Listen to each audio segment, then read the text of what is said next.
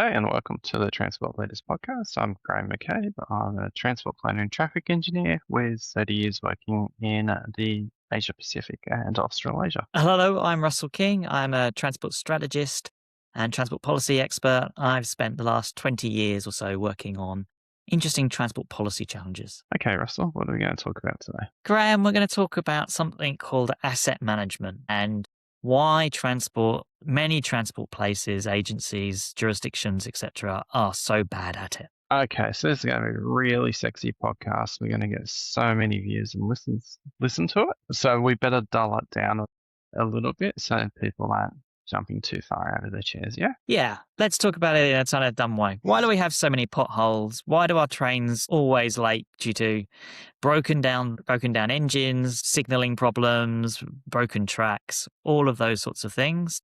Why are our buses all old and grotty? All of those sorts of things. Those are all things that are around asset management, managing at the assets that we have. And why are we so often so bad at it? All right, so let's start at the basics. And assets are the entirety of the transport system. So from your pavements, your street lights, your traffic lights and signs and poles, your railway stations, buses, as you said, all the infrastructure and networks that support them. So it goes on forever. So basically, it does. If it's a thing and it relates to transport, it's an asset. Well, what's interesting as well is it also includes digital assets, which are becoming increasingly important as well. So it's not just the sort of physical assets. If you've got things like software helping to run your train systems, which is ubiquitous pretty much everywhere now, those things are an asset as well. Software has a lifespan, needs to be maintained, etc. Well, the software has a lifespan which is well and truly beyond its lifespan. I think we're into zombie territory with a lot of software that's running systems these days. Things that were developed on mainframe computers back in the 1950s and 60s, legacy systems that are still around doing things with very few people who know how to actually read and write the code. Yes. And these are all problems, right? They are all problems moving forward. And as I say, we're not good at managing them. So today we're going to try and unpick about why do we have these systems that we can no longer maintain and build on? Yeah. Okay.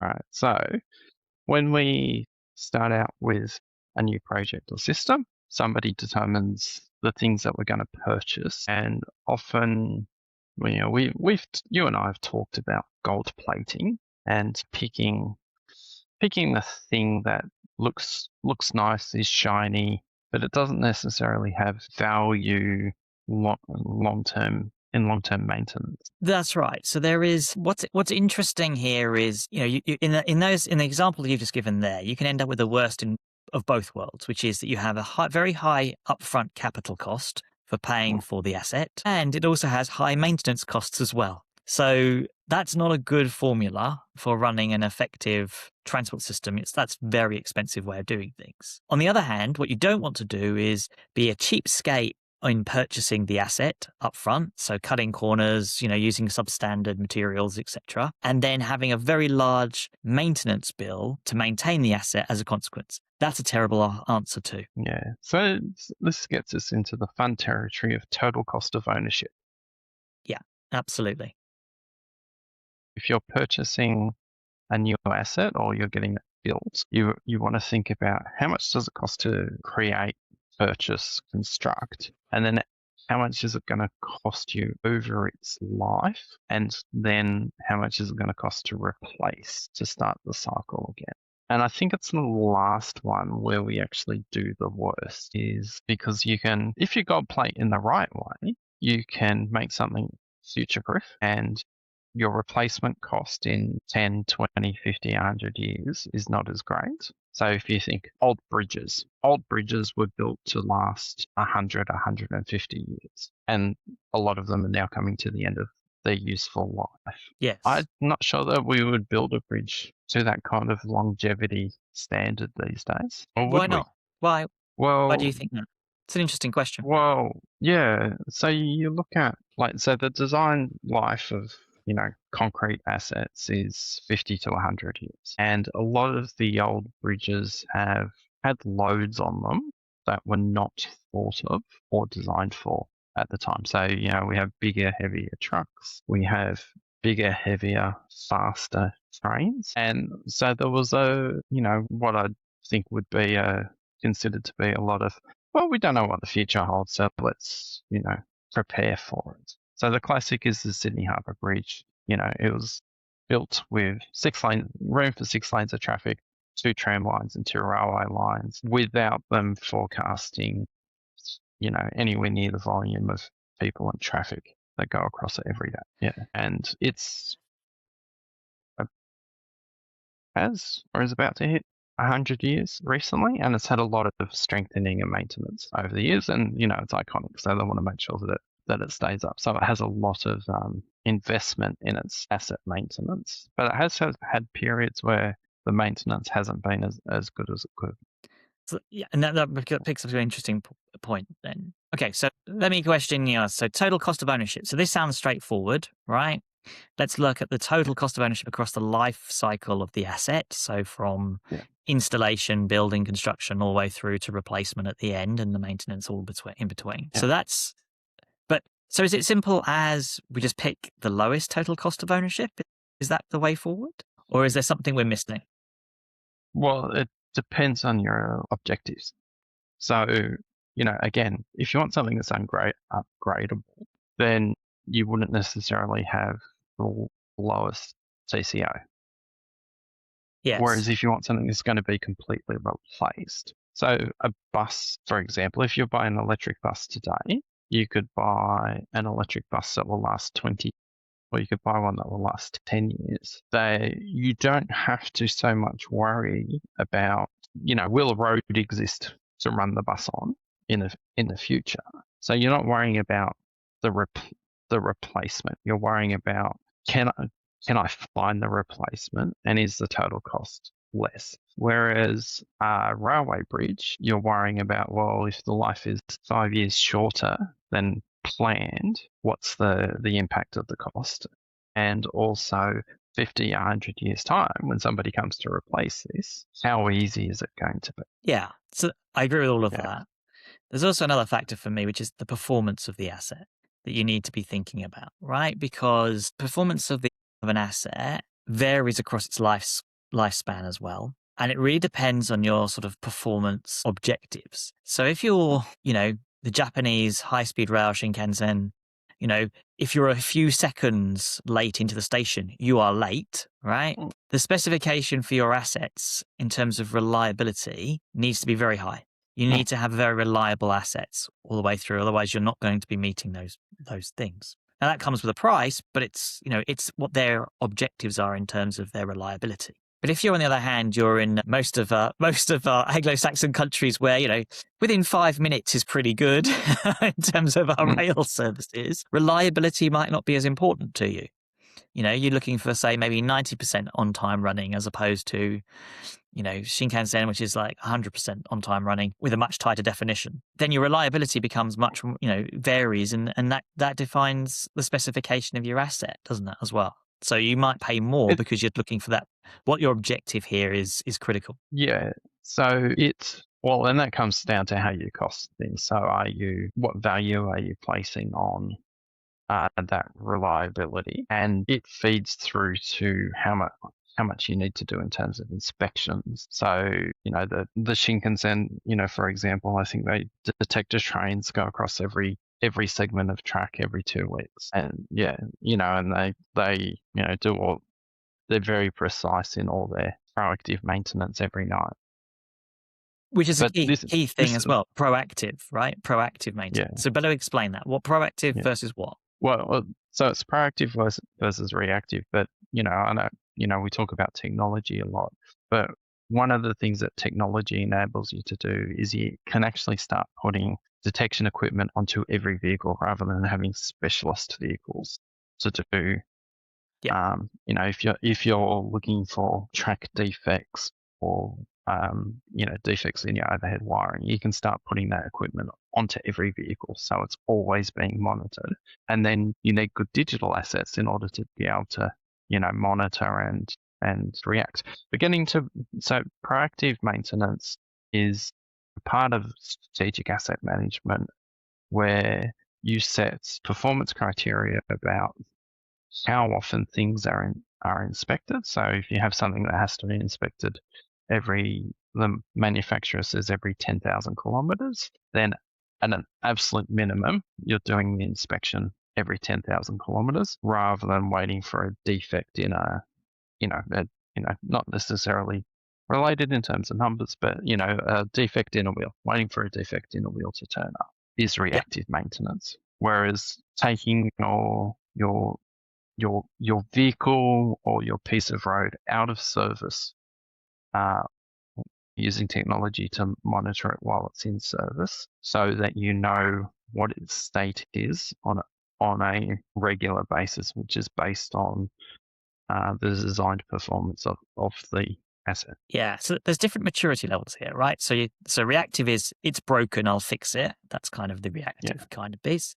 Then there's the next bit of, we think this thing will break after every 5 years, so therefore we'll do maintenance on it every 4.5 years, right? So that it doesn't break. That's kind of that proactive maturity level kind of 2 kind of piece. But then, as you say, there's the data-led proactive approach, where you are actually looking at each individual asset and you are seeing, okay, this rail is showing signs of maintenance challenges much faster than we were expecting. Therefore, we're going to bring forward the maintenance regime on it and treat it accordingly, because it wouldn't survive to, what we were planning to do in terms of its maintenance.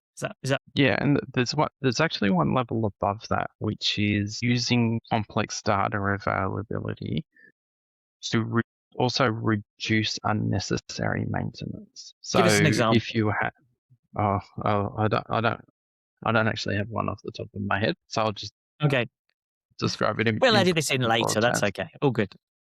Yeah, so you could have a manufacturer specification which is different to the performance. So you may have something that's designed to run at a certain speed, and it's actually, I'll use a car for example. So you are supposed to get your car serviced every 10,000 kilometers every year. And that, for example, has carried through into some brands of electric cars. You need to have an annual maintenance service on it. Electric cars have many fewer moving parts that fail, need cleaning, need lubricants replaced, this type of things. So you get some brands which say, well, if you want to keep your warranty, you need to come in for the annual service, which is, through a, scammy relationship with a dealer. Or you have other car companies which go, actually, our vehicles don't need maintenance at all.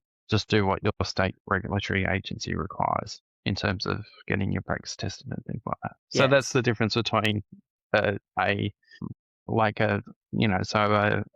regular framework for asset management for an electric car would be to go, okay, well, manufacturer said I have to have an annual service. And then you going, well, actually, it's an electric car. It doesn't need an annual service. I will service it based on, the probability of things breaking or needing software upgrades. Which is problematic for the historical maintenance support for vehicles, right?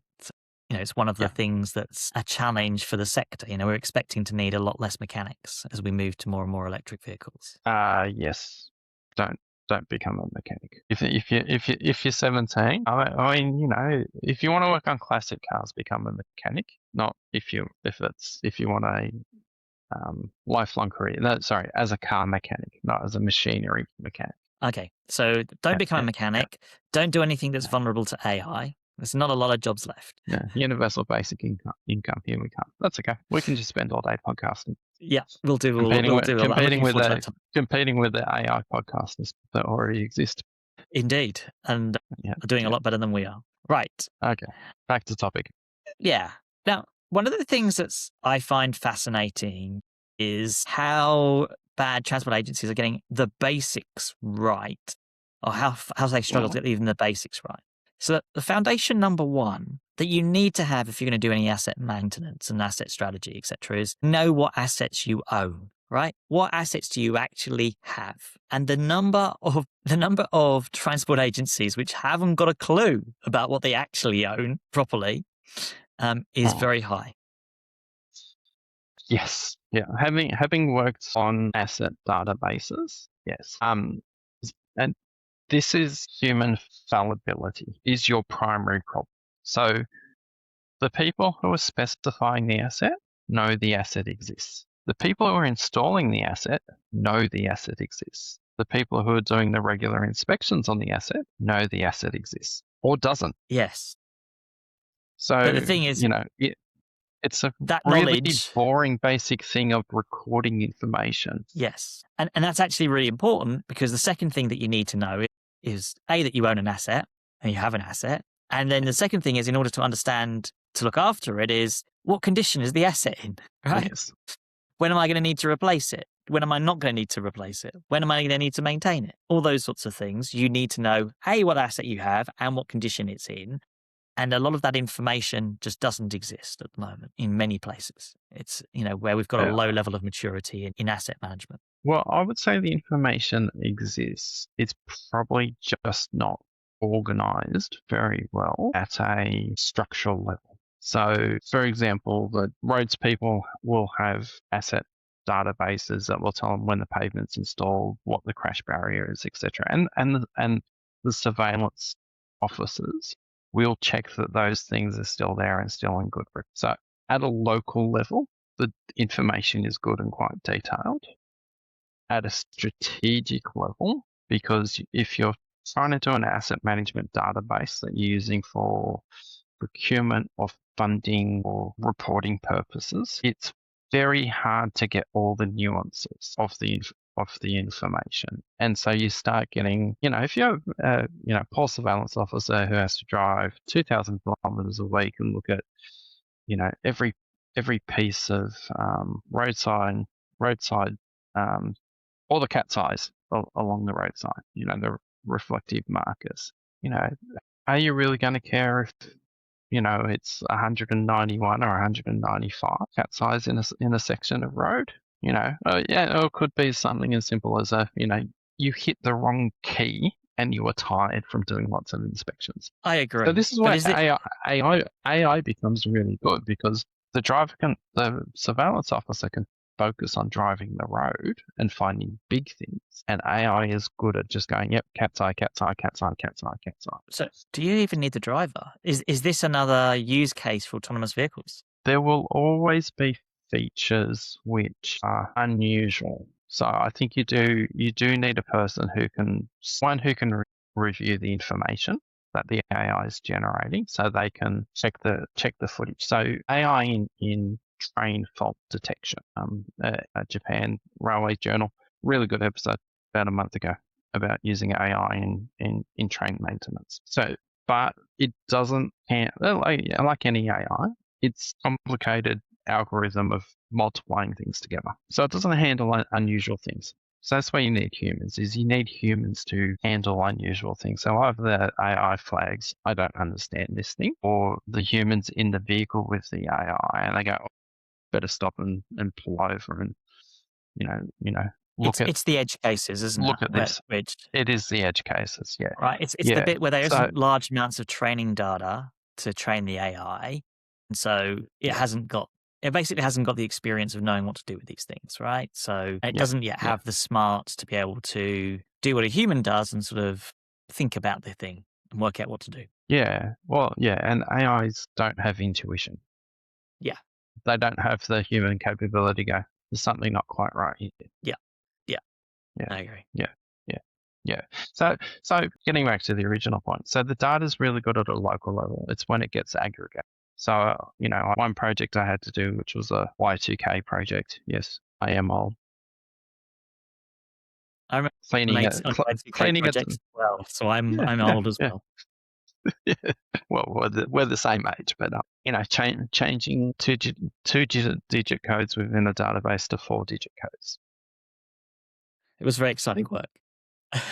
Yeah, very exciting work. So that was one component of it. But then another component was costing up the total asset replacement when the accounting standards changed. And the data was all over the place. And this is 4,000 assets in the state of New South Wales, each of which at the time would have cost about $2 to $10 million each to replace. Highly trained, highly skilled people who knew this infrastructure really well were the ones entering the data into the database. Was a mess. Yeah, I can imagine. So we ended up doing a lot of cleaning, but that was one asset. And there's historically every different type of asset had its own type of database because it was collecting its own asset things. And people across the world have tried to create strategic total asset databases where they are capturing everything. I certainly, and that's what building information systems are supposed to do. And it's really, really hard. And it's really hard to get right. Yeah. And I think what backs up this, it's not a transport thing, it's a human failing, is that certainly within the public sector, the maturity of asset management across the public sector, not just in transport, but in health, in education, in the prison service, across the board, is very low, right? It is a transport problem. It is a government-wide problem. Which is why we have prisons that are falling down, or schools that are falling down, or, hospitals that are rotting. So is it the same problem in the private sector? Because maintenance is often one of the first things that's cut when people are looking at cost cut in the private sector. Yeah, it's a really interesting one. I mean, I've spoken to people who said, the thing, when you've seen good examples of asset management maturity, it's often been when it's perhaps something that they're doing on behalf of the government. So it's been outsourced to the private sector. And part of their agreement is to do the asset management well, right? And the return of the asset in good condition at the end of the contract and those sorts of things. That they are then become very focused on the quality of asset management because it makes a big difference to the bottom line at the end of the day. And so there's a kind of big incentive to sort it out. So, if you get the incentives right, I think the private sector has proven to be very good at asset management. I think the public sector has a different challenge around the politics of asset management, which I think which cause it difficulties, which misalign incentives effectively. I think the short-term profit motive sometimes within very senior levels of companies. If a private company has people in very senior positions who have driven by short-term profit motives, you don't need to have a long-term outlook on the performance of the company. Then reducing your maintenance or your maintenance planning and inspections is a relatively cheap way of improving your bottom line at the detriment to the company. Yes. But serving your own personal financial interests. And that is mirrored in the public sector in a different way. So maintenance of assets is a long-term game, right? Talking about assets that are there for often decades, maybe of a century or more, right? But politicians' lifespan is, if they're lucky, 4 years. And for ministers, it can often be even less, maybe 2 years. And so there is an incentive for them to cut short-term maintenance, right, at the expense of long-term performance of the assets. Which then means over time, your performance is going to deteriorate. So your train's going to be late. You're going to have more potholes in your roads. Safety features will deteriorate, et cetera, right? And that is a fundamental structural problem that we have around maintenance of assets in transport and other agencies as well across government. But that is a clash of incentives, and it's a real problem because you'd never know that you can get away with a couple of years typically of, significantly reducing maintenance. Right, without seeing a massive drop-off in performance straight away. But it's very expensive because when the assets do deteriorate, you're then doing it in a reactive way, which is much more expensive than proactive maintenance. Yes. Before things break. So you end up with worse performance of your assets, so worse performance of customer service, more trains delayed or cancelled, and your maintenance becomes more expensive in the longer term as well because you're now having these assets have not been kept in good repair. Yeah. So how do we break that political incentive? It's a really difficult one, and it's been exacerbated by the current trend around fares. So when governments want to be popular at the moment, doing things like free or cheaper fares, as we've seen in various places around the world, is very popular. And how do governments typically pay for it? Well, do they provide a big chunk of money to transport in order to fund those lower fares and increase the subsidy? Not really. What they'll often do is they'll say, you'll need to find savings in your maintenance budget, improve efficiency in your maintenance budget, and you'll be fine. And in reality, what happens is they don't actually improve the efficiency of the maintenance budget, of how it's spent. What they actually do is they reduce the amount of maintenance they're doing. And so what happens over time is your cheap fares will mean will actually translate to worse service because you're going to be maintaining your assets much less than you would have been doing otherwise. You've got less money to replace aging buses, aging trains. You've got less money to fix potholes and all the rest of it. So it's often you see people only see the one side of the equation. They don't see the other side of the equation, as always in transport. Yeah. So they don't understand the unintended consequences of these things. Yeah. So just to be clear, that there's been, from what the evidence you've seen, there's been no offsets in transport budgets from Treasury departments for the discounted or free public transport. So it varies, right? Yeah. But it's rarely full cost recovery, right? So government makes a policy, right? It may provide some of the money, but it won't replace all of the money. So it'll tell transport to make efficiency savings. And don't get me wrong, I think there's lots of opportunities for transport agencies to make efficiency savings in many, many ways. But what typically happens is the way that they make those efficiency savings, because it's the easiest if you're in middle management of transport, is to go, we'll just reduce the amount of maintenance we're doing and pretend we're being more efficient. Because no one's actually measuring because they haven't got the records around the assets. They're not seeing the assets deteriorate faster, which is then transparent to people who know what's actually going on, right? And therefore can say, no, this isn't an efficiency improvement. This is you've just cut your maintenance budget and the maintenance of your assets. Yeah. And this will get even worse when the asset maintenance is outsourced, because the next time they tender, the target dollar value is lower, so you'll get people who will offer less or lower quality, or potentially hide the quality of the work that they're doing after winning the tender. Yeah, and so this is a bugbear. I've seen really great contract management, and I've seen contract tendering and contract management, and I've seen really bad contract tendering and contract management. And the bad contract tendering tends to be, we'll take the lowest price, right? And they don't have a really good understanding of why this company has bid the lowest price. There's not a really solid explanation of how they are doing it for such a low price. And then typically it's not. And then what happens is those contracts kick in, and what happens is things start falling apart because there was no clear way that they were going to save money. And so either the company says, we can't do as much of the maintenance as we said we were going to do, or they start cutting corners, as you say, or they threaten to give up the contract altogether because they can't make money from it. All right. And that's a really good example of really bad tendering, and I've seen that. But on the other hand, I've seen very good ones where organizations have said, here's how we are going to save money. This is what we're going to be doing, and have a very clear understanding of where the productivity movements are, which stand up to scrutiny and credibility. And then you can get a very good tendering outcome. And I've seen those as well. And is that in the writing of the tender or the scoring of the tender where that difference becomes stark? It's the scoring more than anything, because it's about credibility. I've been asked to look at tender results and sign them off as a counselor, and we were saying we would have a position of, by default, you would think it would be the lowest price, and most of the time, it would have the biggest weighting. But one of the things we would look at is going, why is this the lowest price? How are they delivering? We've had a specification that's tight around the service we want, expecting them to deliver.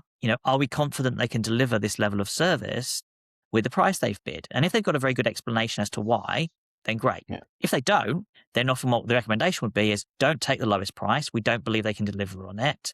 We don't believe that the service will be what we expect from, what we're expecting. And so, you're kind of making those calls about, and there's a little bit of, it's qualitative, not just quantitative, but what you've got is an experienced group of people who are assessing the tender and going, I can see what they're trying to do here. I think it's credible. Or I see what they're trying to do and it's just not credible. So, yeah.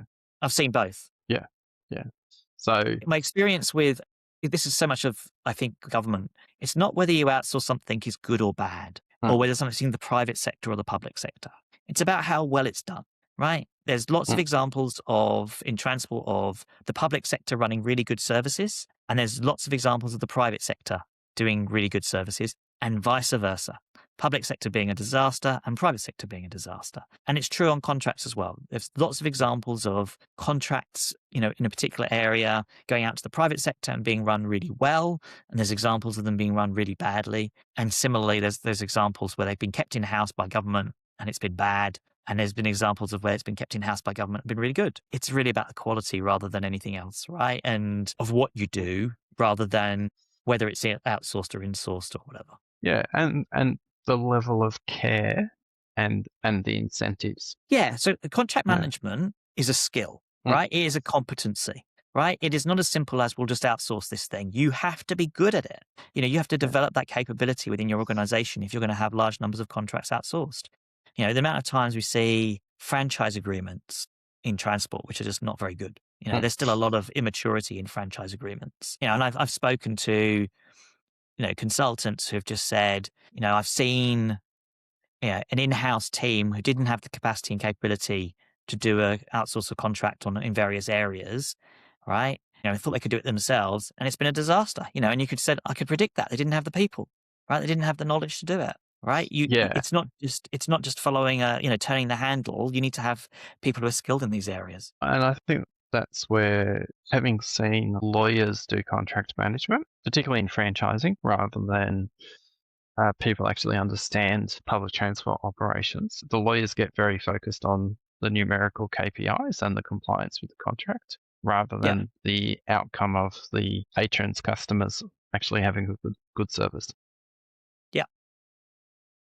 And I've seen, different lawyers I've seen have different approaches on these things. Mm, So, I've seen that extreme on the lawyers, but I've also seen the other end where I've seen the lawyers are saying the contract is about what happens if things go wrong, mm, not it's right. What you're trying to do here is design that it doesn't go wrong, right? So design it so it doesn't go wrong.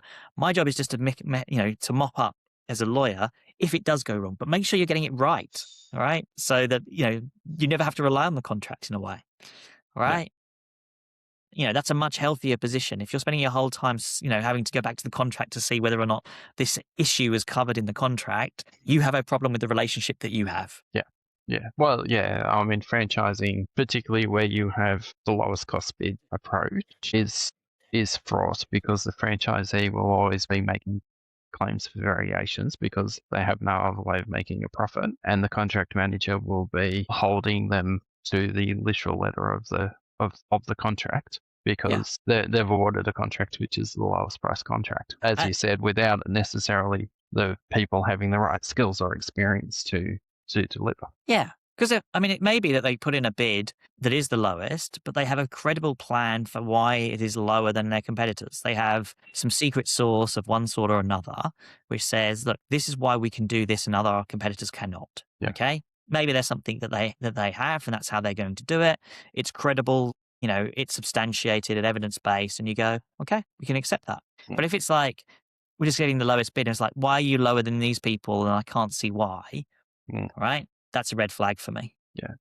Yeah. Yeah. Interesting. All right. Well, let's talk about when it comes time to replace the asset, because you don't really say. Well, do you really see, ministers or secretaries of state going, "Hey, we're going to replace this bridge, two-track bridge over a small country laneway." You do actually ribbon cutting is a big thing around assets, actually. About renewals Yeah. and maintenance, yeah. New trains is a good example. Okay. We're going to replace the old trains that are 50 years old with new trains. Or Oh, when I yeah, was in yes, Okay. When I was in New South Wales, we're talking about, 2015, 2016, we had trains from the 1970s that still didn't have air conditioning. And for mm, those not aware, it gets very hot in the summer. So non-air conditioned yeah, trains are not a good thing, right? And they were way past their sell-by date. They were very, very unreliable, breaking down all the time. They slowed the network down as well because they didn't have the acceleration. When you're trying to run 12 trains or more an hour, all sorts of problems with them. Okay, so we made a very strong case for we need to replace these things. And it was a big thing that we were getting the last non-air conditioned fleet off the network, and that was a big thing. You then looked at other trains which were aging and poor customer service, and so it was, poor customer experience. You're replacing those with trains that are a better customer experience. That's a good thing. That's a good announcement. I think that's a positive.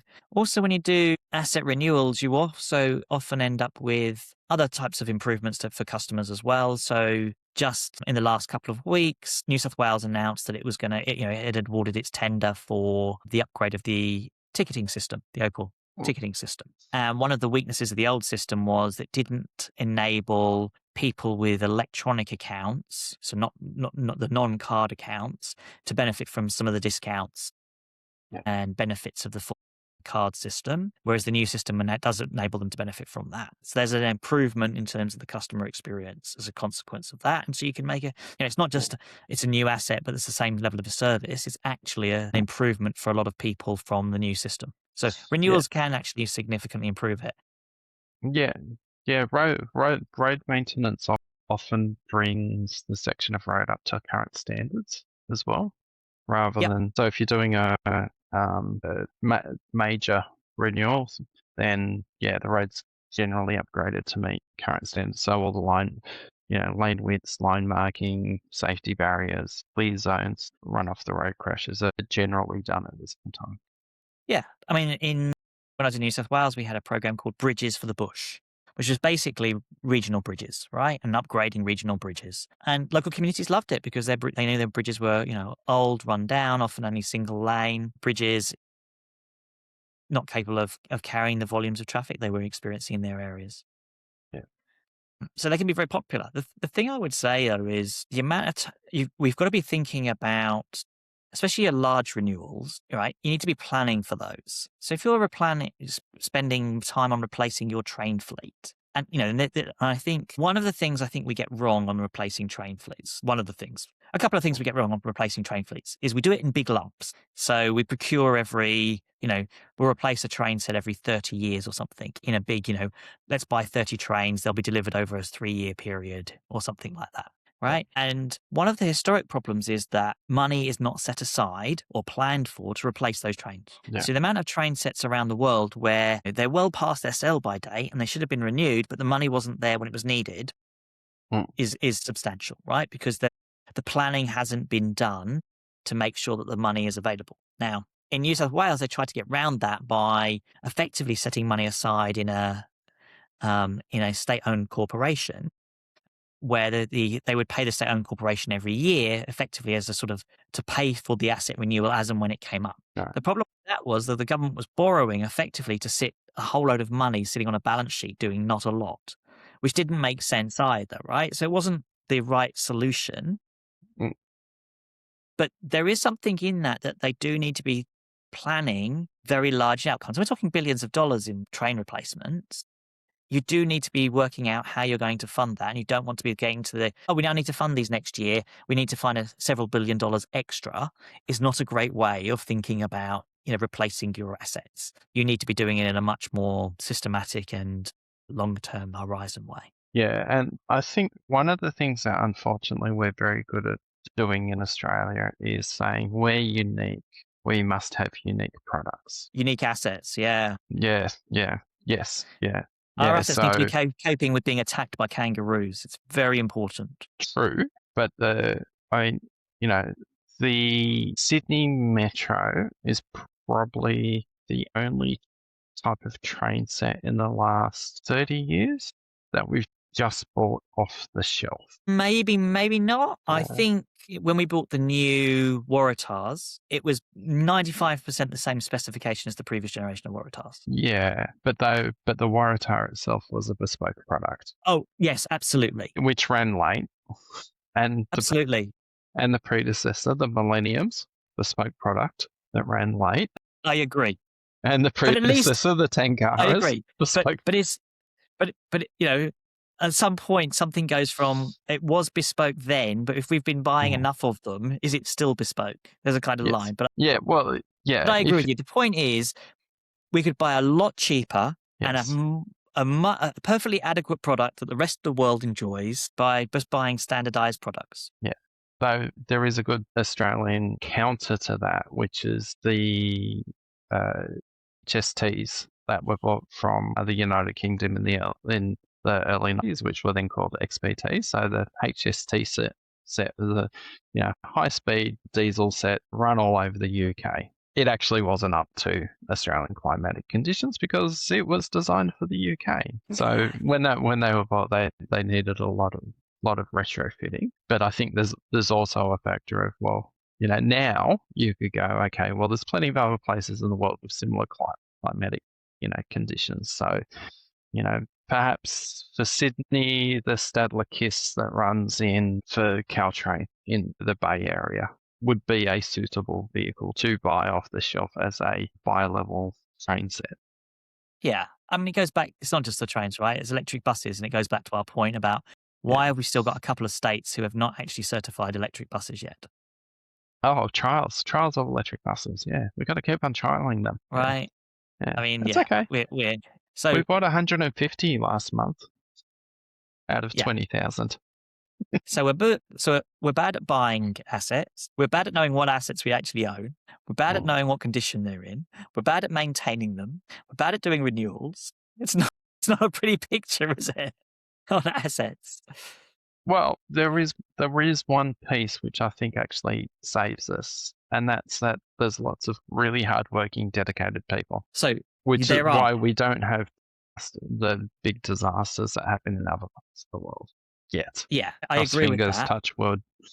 And I also would say that we don't have a shortage of asset management professionals who know their stuff and know what they're doing, right? So the question is, why are they not able, right, to get the outcomes? And I think there's several interesting quirks in here.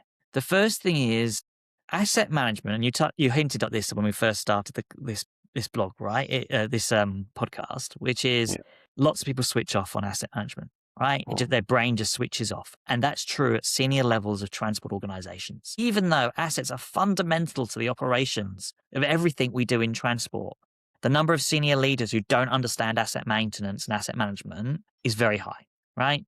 I would even go to say as far as most senior leadership teams don't have someone on their team who understands asset management really well, right? It's given to somebody who, lower down in the organization. So there's no champion around the leadership table for understanding strategic asset management. So that's a problem. So inevitably, that's a big barrier. The other thing is my experience has been with the asset management experts, there's kind of an expectation that you've got to get up to speed with their language rather than them explaining it in terms that non-asset management experts can understand. And I think that's a communication gap that we need to close as well, because I think it's part of the reason why we don't make good asset management decisions is because, it's a topic that was not communicated and understood well as a result. And I suppose which set of people counting beans is the problem? Is it the engineers or the accountants? Speaking as an engineer who counts beans. You're probably better informed than me on that. I mean, I think, I think the asset managers struggle to make the case for good asset management because they don't talk in a language which is understood often by the accountants. Yeah. Right. Who can then kind of recommend and go, no, we need to be doing this asset maintenance. We need to find ways of funding it. Because I think people, good finance people who understand good asset management are few and far between. And the ones that you've got, you need those people in transport, right? You need people in the transport space and in the finance areas who understand assets. I think that's a fundamental skill for chief financial officers in transport, and how that translates into good operations and reduces costs in the long term and all the rest of it.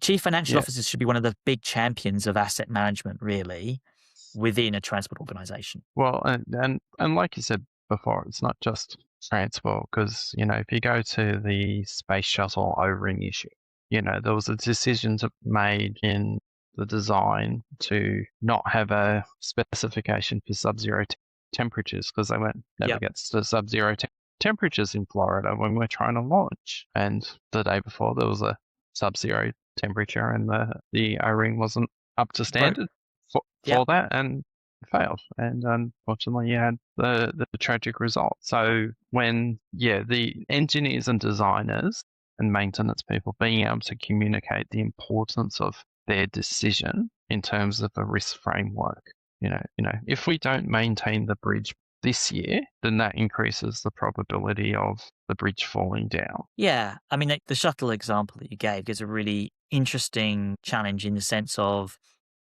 how many people in that room would have been able to connect? We had a sub-zero temperature yesterday, so that we were following the weather, Mm. right? And knew that the assets weren't designed to cope with it, and that therefore the risk had become there was a significant increase in risk for the launch, right? The number of people that could have joined those dots would have been very small. The people who did join the dots weren't listened to Yeah, as because well, they couldn't communicate the gravity of the risk. Or if they did right? communicate the gravity of the risk, then it's like, oh, well, you're just engineer trying to scare us. It'll be fine Yes. because engineers are trained on being scared. We are, everything we do is safety margins because we know the consequences of not having safety margins. Yeah. And, typically when we do see disasters in transport space, it's often it's not one mistake, right? It's often a whole series of things that go wrong, right? That result in it, right? So the safety system on each one failed, right? On 3 or 4 different aspects often within the system failed. It's not that one thing because the specification wasn't the fundamental problem, right? The fact, on the shuttle's case, as you say, it was like that was one of the problems, but the other problem then became, well, we weren't able to communicate the importance of that. Then it was the person making the decision wasn't able to make an informed decision about that. All of those things had a big impact, and people's lives were lost, and that's what we see typically. It's sad. Yeah, it is. So to round out and maybe end on a bit more of a positive note, let's talk about optimizing. What's a first good step to having improved asset management? So the thing I would say is a commitment to very high quality strategic asset management. That needs to come from the very top, right? That needs to be bought in at both a political and a agency level to say strategic asset management is a really top high priority for us. And what's interesting is you're starting to see that creep into some transport strategies. So you're starting to see, I think I read the Dutch transport strategy last year, and effectively strategic asset management was one of the core pillars that they had within their transport strategy. Now, as well as I do that there's often a gap between transport strategy and delivery, but historically, strategic asset management has not often made it into transport strategies. So for me, it's a good sign that we are starting to see it in transport strategies. That's kind of an indication that people are recognizing its importance. Time will tell whether that then translates into genuine improvements in strategic asset management or not. But I think that's a first sign. And what that means, I think, is in that buying in is people need to understand what that means. And you need to understand, well, where are we on that level of sophistication on asset management at the moment? Are we a 1 out of 5 or a 2 out of 5? And how quickly can we go from a 2 out of 5 to a 4 out of 5 and then go on to a 5 out of 5? So for me, it's very much that kind of strategic management focus is the first thing that needs to happen. Yeah, I think this is I've been seeing disaster resilience as a form of asset management, covering off asset management in response to significant changes in the seriousness of the weather events from climate change. So it's quite interesting seeing it covered under that. We need good quality assets that are actually going to survive the impact of natural disasters as they increase in frequency. So, which requires maintenance and inspections and significant upgrades of materials and facilities. Yeah, which, I mean, which have their costs. Yeah, I mean, most Western agencies, in most transport agencies in developed countries have been doing a lot of work at looking at what they need to invest in order to make their assets resilient. And it's very large, right?